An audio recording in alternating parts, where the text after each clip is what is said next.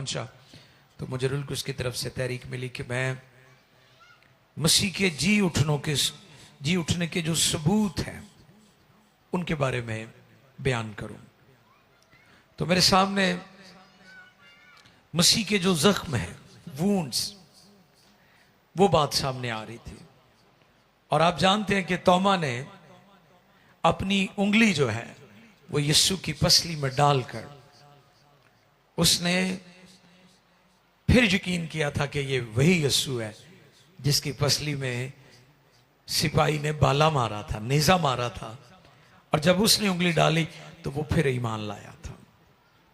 तो आज का जो पैगाम है वो है जी उठने के सबूत। यीशु अल मसीह के जी उठने के सबूत, और उसका दूसरा टाइटल आप यूं कह लें, मसीह के जख्म, द वुंड्स ऑफ क्राइस्ट। अमाल की किताब पहले बाब की 3री आयत को हम पढ़ेंगे। आओ खुदा के कलाम में से देखें। अमाल,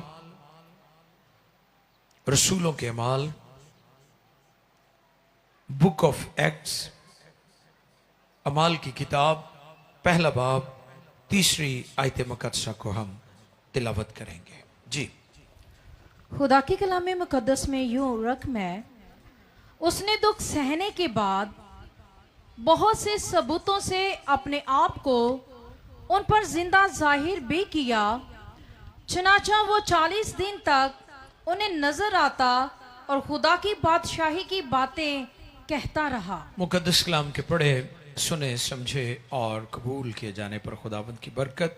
सब कहेंगे आमीन। जो आयत मुकद्दसा का मतन है वो हमें ये बताता है, पहले बाब की 3री आयत में, उसने दुख सहने के बाद बहुत से सबूतों से अपने आप को उन पर जिंदा जाहिर भी किया। चुनाचे वो 40 दिन तक उन्हें नजर आता और खुदा की बादशाही की बातें कहता रहा। हालेलुया। बहुत से सबूतों के साथ, बहुत से यीशु मसीह के जी उठने के सबूत। बच्चों को पीछे कंट्रोल करे, एक बहन खड़ी हो और बच्चों को बैठाए। बाजी, अपने अपने बच्चों को अपने पास बैठाएं प्लीज। उन सबूतों में जो सबूत आज हमारे सामने हैं, जिन पर हम कुछ वक्त के लिए गौर करने वाले हैं, वो मसीह के जख्म है। आपको पता है कि उसको कोड़े भी मारे गए थे, याद है? कितने कोड़े? हाँ, 40 मारे जाते थे, जिसको मसलूब किया जाता था। एक छोड़ दिया जाता था, क्योंकि कई लोग मसलूब होने से पहले ही उनकी मौत वाक़ई हो जाती थी, या कई दफा ज्यादा हो जाते थे। वो इसलिए एक छोड़ देते थे कि ज्यादा ना हो जाए। ये शरीयत में था, ये रूल था उनका। कोड़े भी मारे गए और कील भी उसके हाथों और पांव में ठोके गए थे, ऐसे ही। और उसके सर पर कांटों का ये वो जख्म है जो मेरे यीशु ने मेरे लिए और आपके लिए बर्दाश्त किए। किस तरह के सबूत? बहुत से सबूत हैं उसके जी उठने के। सबसे पहला सबूत उसकी खाली कब्र है। कब्र उधर ही है और उसके ऊपर लिखा हुआ है, ही इज नॉट देयर। लोग जाते हैं कब्र को विजिट करने, लेकिन यीशु वहां पर नहीं है। यीशु की खाली कब्र दुनिया को पैगाम दे रही है कि वो मौत और कब्र पर गालिब आ चुका है। हालेलुया। वो मौत और कब्र पर गालिब आ चुका है। उसकी खाली कब्र बहुत बड़ा सबूत है। और फिर उसकी शागिर्दों के साथ मुलाकात है। वो 40 दिन तक उन पर जाहिर होता रहा जिंदा होने के बाद। उसकी मुलाकात है। लेकिन आज जो बात हमारे सामने है वो उसके जख्म है, वुंड्स।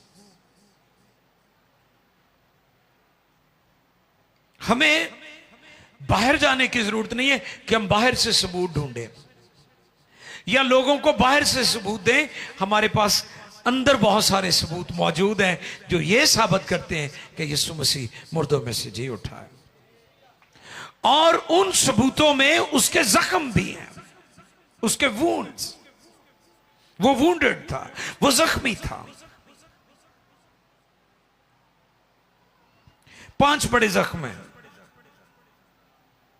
5 बड़े जख्म हैं। हम जानते हैं कौन कौन से जी। पिछले दिनों एक गलत काम किसी ने किया हुआ था कि यीशु मसीह का हाथ नीचे लटका हुआ है और स्लीप पर एक हाथ ऐसे है और बाकी हिस्सा ऐसे लटका हुआ है। ये बिदतें भी आप देखें। आसिफ भैया पीछे बैठे हैं, सामने आ जाए, जरा राब्ता रहेगा। Okay okay okay, take easy. Okay, अच्छा, मैं हैरान हुआ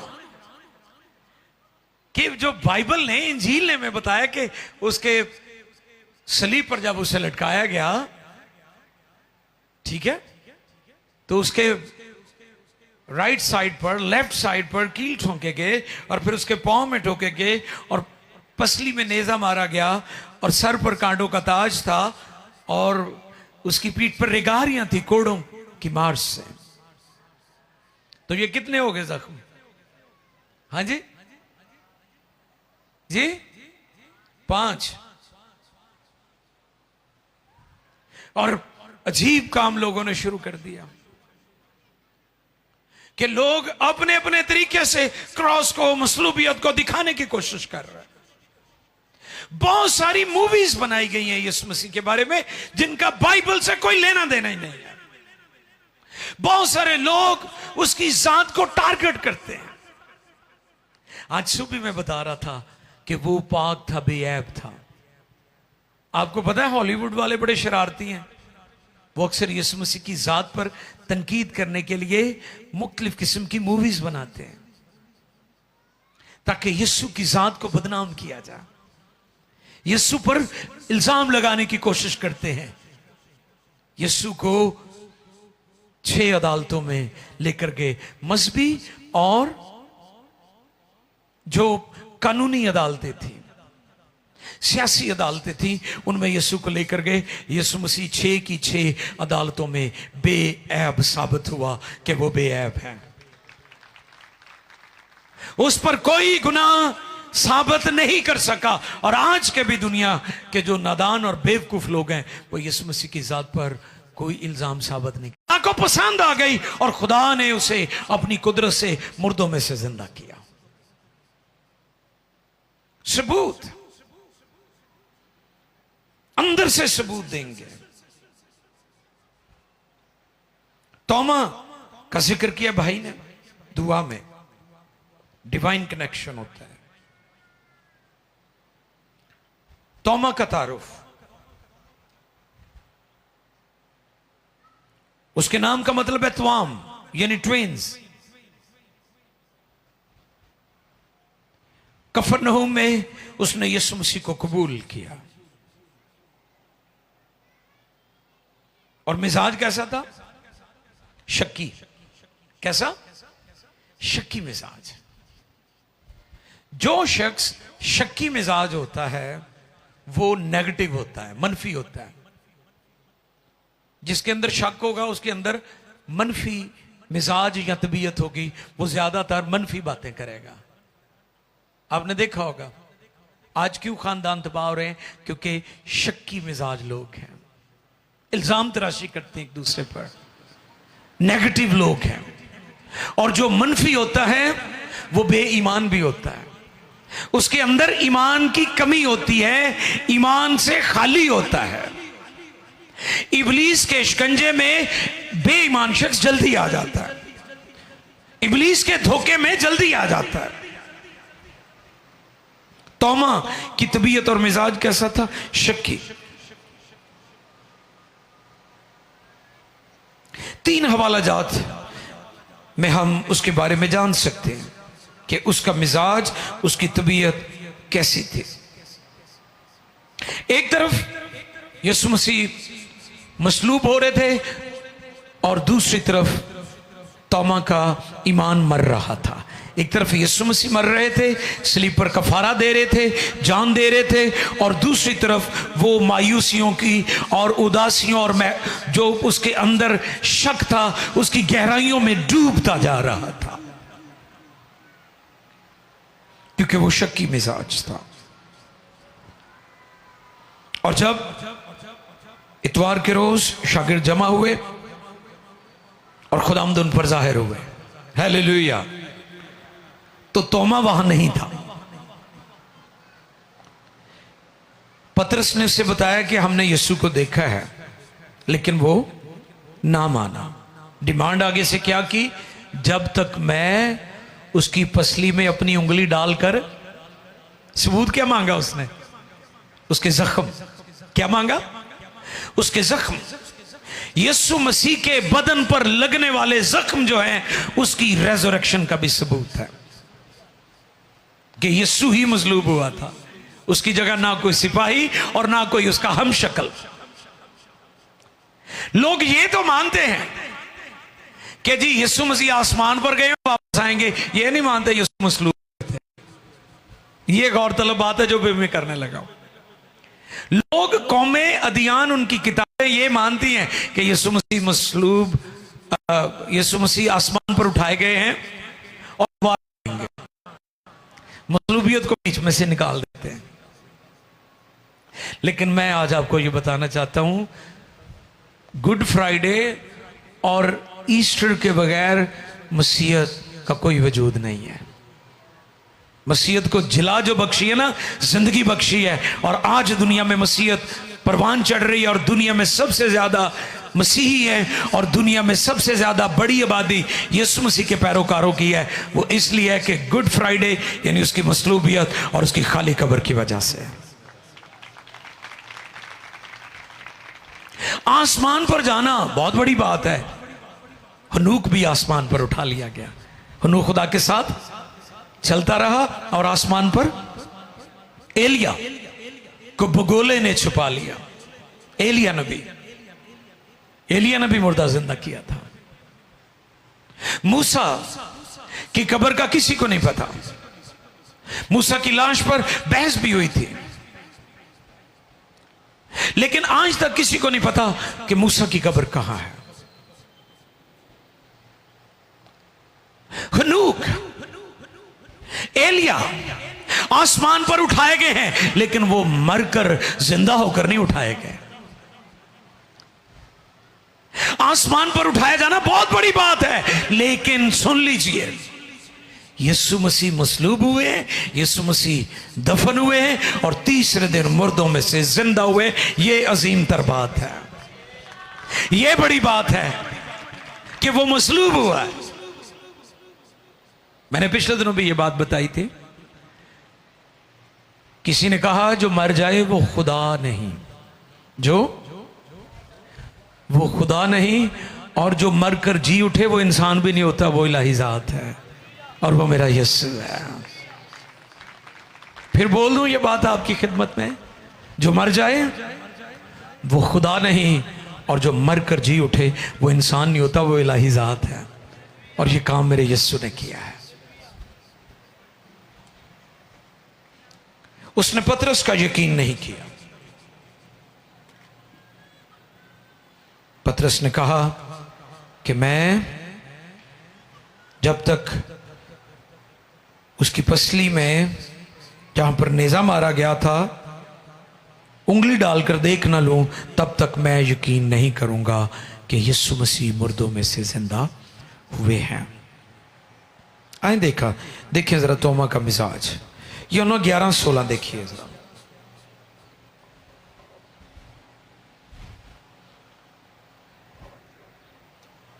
यूहन्ना रसूल की मार्फत लिखी गई इंजील 11वें बाब की 16वीं आयत जी। पस तोमा ने जिसे तमाम कहते हैं, पस तोमा ने जिसे तमाम कहते थे अपने शागिर्दों से कहा कि आओ हम भी चलें ताकि उसके साथ मरे। उनके मरे हुए लाजर को जिंदा किया था। यीशु जिंदगी का मालिक है। अब वो कहता है आओ इसके साथ मरने चले। क्या करने चले? मुझे याद है हम पारा चनार एक दफा जा रहे थे, हालात बड़े खराब थे, तो पीछे से एक पादरी साहब की कॉल है, भाई साहब कितने हो? उन्होंने कहना दाता पारा चनार जा रहे। मैं कहा जी असी भी मरन जा रहे हैं। कहते कितने? मैं कहा पारा चनार होते हालात सही नहीं है, खिदमत के लिए जा रहे हैं। कहते क्यों जा रहे हैं? मैं कहा सानू जिंदगी ना मोहब्बत नहीं। मैं बस उनके साथ जॉयली मूड में बात कर रहा था।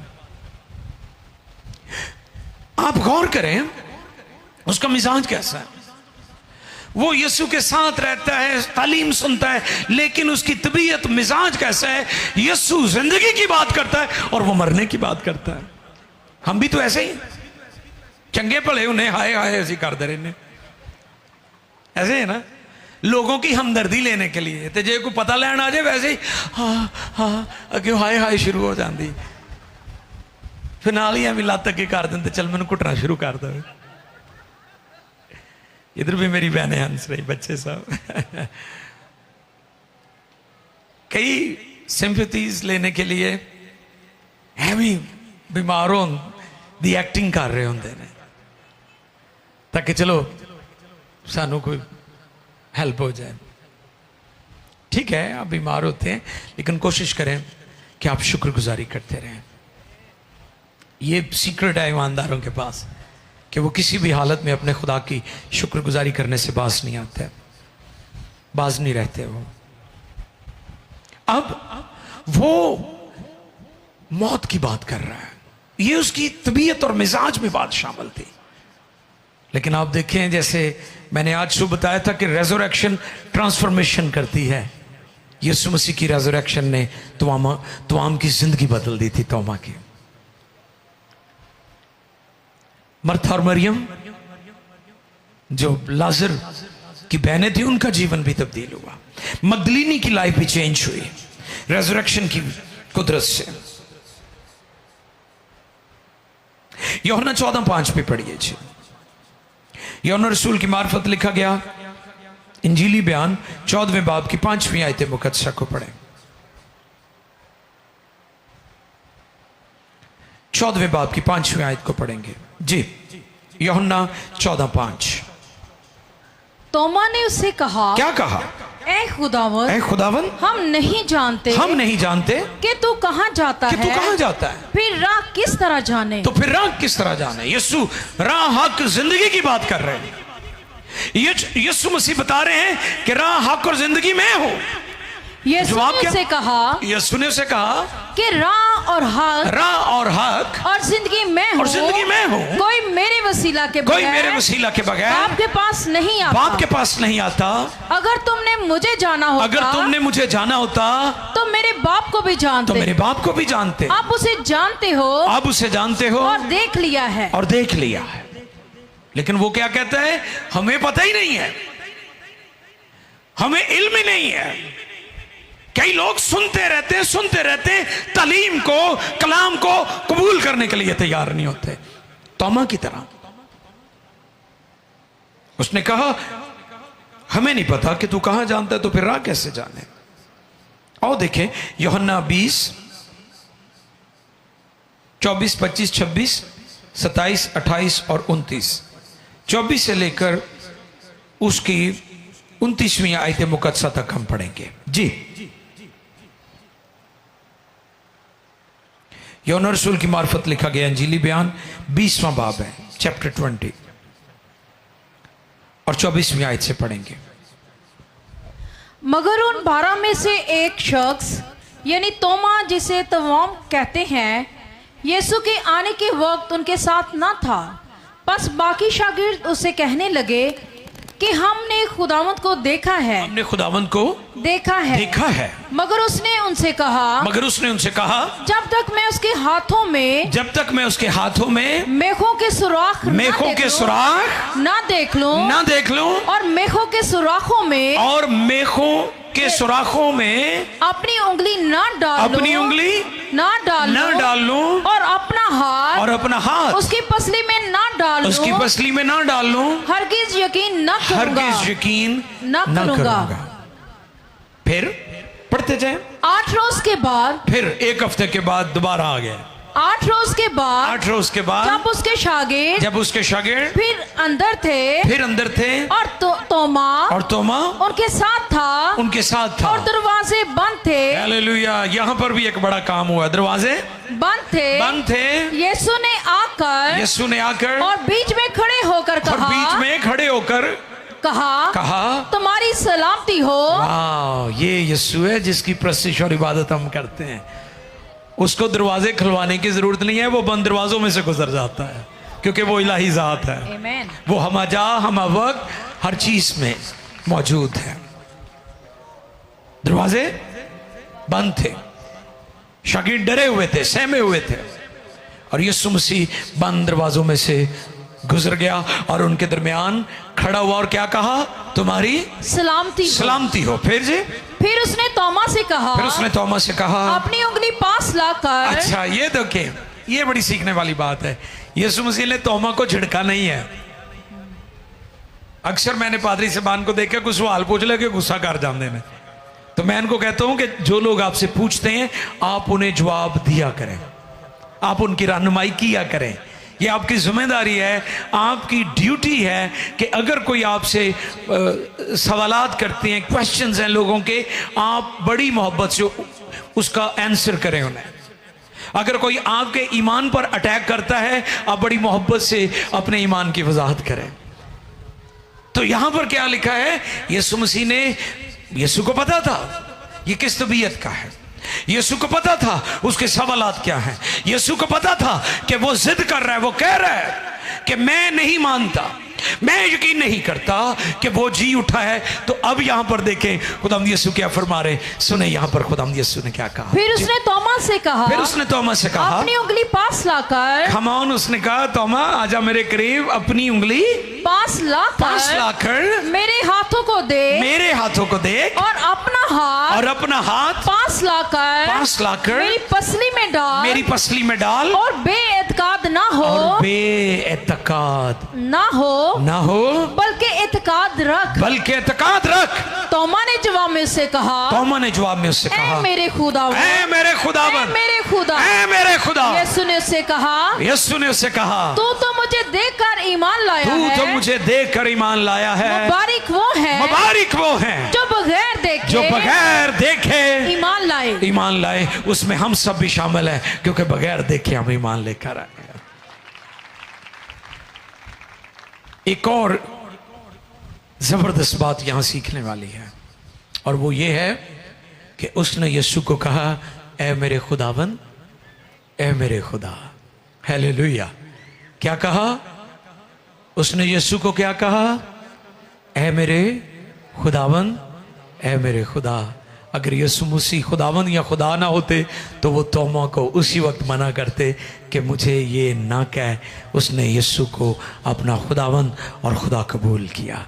यीशु मसीह खुदावंद भी है और खुदा भी है। हालेलुया। जोरदार तालियां बजाएं। ए मेरे खुदावन, ए मेरे खुदा। और फिर यीशु ने कहा मुबारक है वो जो बगैर देखे ईमान लाए। आगे जी पढ़ते जाएं, 29 तक पढ़ेंगे हम। और यीशु ने और बहुत से मौजज़े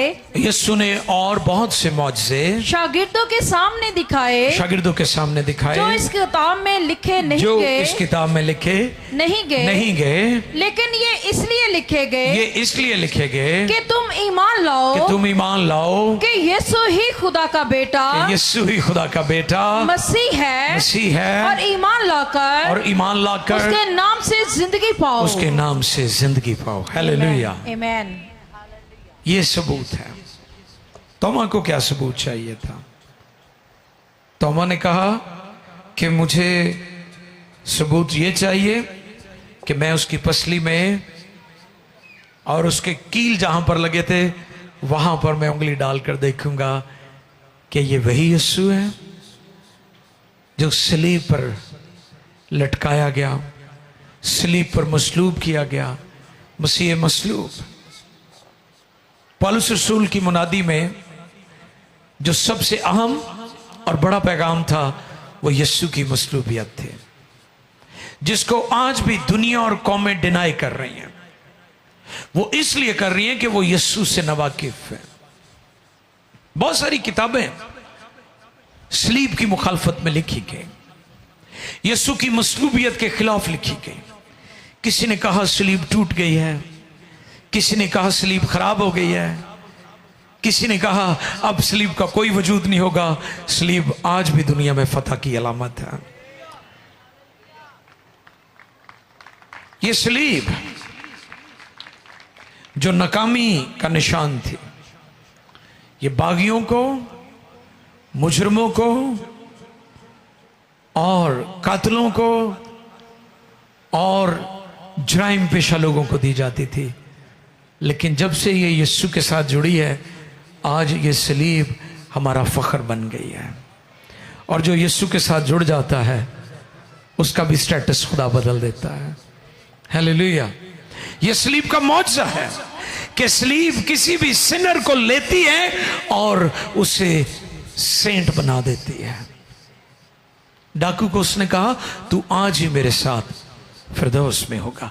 ये सलीब का मौजज़ा है कि वो शख्स जिसने सारी जिंदगी जुर्म किया, वो शख्स जिसने सारी जिंदगी बुराई की, लोगों का नुकसान किया, हुकूमतों का गुनाह किया और नुकसान किया और जुर्म किया, उस डाकू को वो कहता है तू आज ही मेरे साथ फिरदौस में होगा। तोमा की जिंदगी से हमें पैगाम मिलता है कि यीशु मसीह की क़यामत ने, उसकी रेज़रेक्शन ने, उसके जी उठने वाली कुदरत ने तोमा की जिंदगी को यकसर बदल दिया। और यीशु मसीह आज भी लोगों को तब्दील करने की कुदरत रखता है। अगर यीशु मसीह हम में जिंदा है तो फिर हम जिंदा मसीह ही हैं। अब मैं जिंदा ना रहा बल्कि मसीह मुझ में जिंदा है, ये पौलुस रसूल कहते हैं। अगर आपकी जिंदगी में यीशु है तो फिर आप जिंदा मसीही हैं, वरना मुर्दा मसीही हैं। और यीशु मसीह जिस चर्च कलीसिया को लेने आ रहा है वो जलाल वाली कलीसिया है, वो पाक कलीसिया है, वो कलीसिया जिंदा कलीसिया है। अब मैं जिंदा ना रहा बल्कि मसीह मुझ में जिंदा है। आओ झुके और गौर करें कि किस तरह खुदाम यीशु ने तोमा की बेइत्कादी का इलाज किया। हालेलुया। आप भी कहें खुदावन मेरी बेइत्कादी का इलाज कर। कलाम खुदा में लिखा है कि शागिर्द एक बच्चे में से बदरू ना निकाल सके, तो फिर उसका बाप उस बच्चे को यीशु के पास लाया और यीशु ने उस बच्चे को उस बदरू से, जो मिर्गी की बदरू थी, आजाद किया।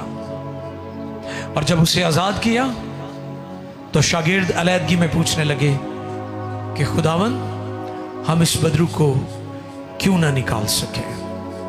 खुदाम यीशु ने कहा ऐ बेइत्काद कजरों को, मैं कब तक तुम्हारे साथ रहूंगा और तुम्हारी बर्दाश्त करूंगा, उसे मेरे पास लो।